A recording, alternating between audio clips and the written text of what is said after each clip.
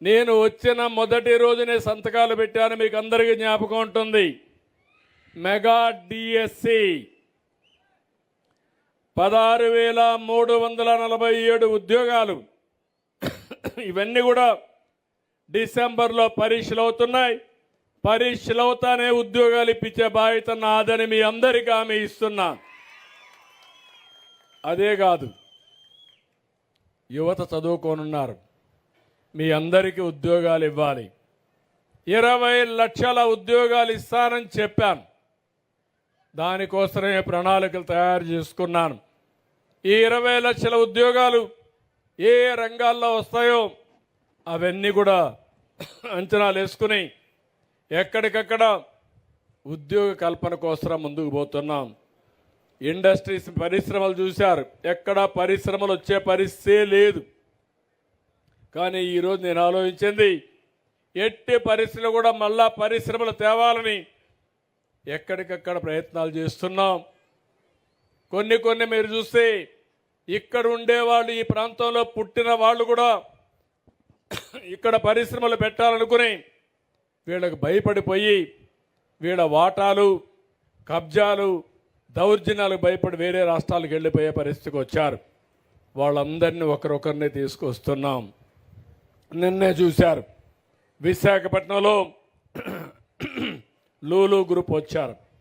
వాళ్ళు వస్తే కొన్ని వేల ఉద్యోగాలు వస్తాయి. అదే మాదిరిగా పరిశ్రమలు మన ప్రాంతంలో మీరు చూస్తే రాయలసీమని గ్రీన్ ఎనర్జీ హబ్గా సోలార్ కానీ విండ్ కానీ ఈ 2 కరెంట్ ఉత్పత్తి చేసే పరిస్థితికి వస్తుంది. ఇది వస్తే 7,50,000 మందికి ఈ ప్రాంతంలో, రాష్ట్రంలో ఉద్యోగాలు వచ్చే పరిస్థితికి వస్తాయి. అందుకే ఇంకొక పక్క ఆలోచించాను, గవర్నమెంట్ ద్వారా ఉద్యోగాలు ఇస్తాం, ప్రైవేట్ ద్వారా ఉద్యోగాలు ఇస్తాం. ఇవి కాకుండా ఇప్పుడు కూడా అడిగాను, ఈ ఊరిలో 10 మంది 15 మంది వేరే ప్రాంతాల్లో పనిచేస్తున్నారు, అమెరికాలో కూడా పనిచేస్తున్నారు. సాంబశివారెడ్డి కొడుకైతే అమెరికాలో, వేణు అయితే అమెరికాలో పనిచేస్తున్నాడు. కానీ ఈ ఊర్లో ఉండేవాళ్ళు కొంతమంది ఇక్కడే ఉన్నారు. నేను అందుకే కొత్త ఆలోచన చేస్తున్నాను. ఎన్నికలప్పుడు కూడా చెప్పాను, వర్క్ ఫ్రమ్ హోమ్ అని.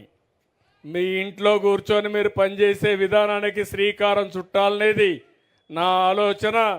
ఇది చాలా దేశాల్లో ఇప్పుడిప్పుడే ప్రారంభమైంది. తప్పకుండా మీ ఊర్లో కూడా మీ కురవాళ్ళతో సహకారంతో వర్క్ ఫ్రమ్ హోమ్ ఈ ఊరి నుంచి కూడా ప్రారంభించాల్సిన అవసరం ఉంది. అవసరమైతే ఈ ప్రాంతంలో మళ్ళీ వర్క్ స్టేషన్లు కూడా పెడతాం. ఇంట్లో నుంచైనా పని చేయొచ్చు, ఆఫీసుకి పని చేయొచ్చు. చాలా ప్రాంతాల్లో దీనికి బాగా ప్రాక్టీస్ చేస్తున్నారు. దీనివల్ల మంచి ఫలితాలు వస్తున్నాయి.